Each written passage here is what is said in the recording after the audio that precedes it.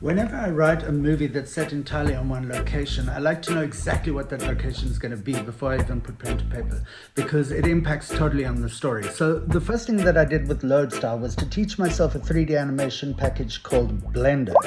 No, that's not strictly true. The first thing I did was to sketch it out on a piece of paper. It was kind of rough, but it was really important to me to get the physics right, especially with regard to the artificial gravity that was on the ship. I designed it based around a gravitational core with 3 decks radiating outwards, so that whatever deck you're on, your feet are facing downwards towards the core. So the next thing I did was to put that into Unreal Engine, just as a very rough sketch of what the ship's going to look and feel like, and so that I could clarify for myself exactly how a character might get from, say, the sleeping quarters deck across to the life support deck over a ramped bridge. Clarifying these sort of details for me is really important before I even start writing.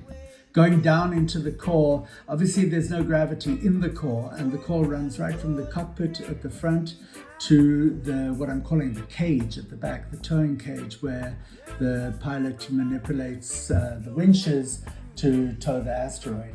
So that just gives me a very rough sketch of where we're at, and the next thing to do is to start giving it texture and make it feel like the rust bucket that I have in mind, this dilapidated old workhorse of a ship. So once I've raised the money and I start to build the model for real, both the interior and the exterior, this will be what guides me to creating the ship in all its fantastic falling to pieces glory.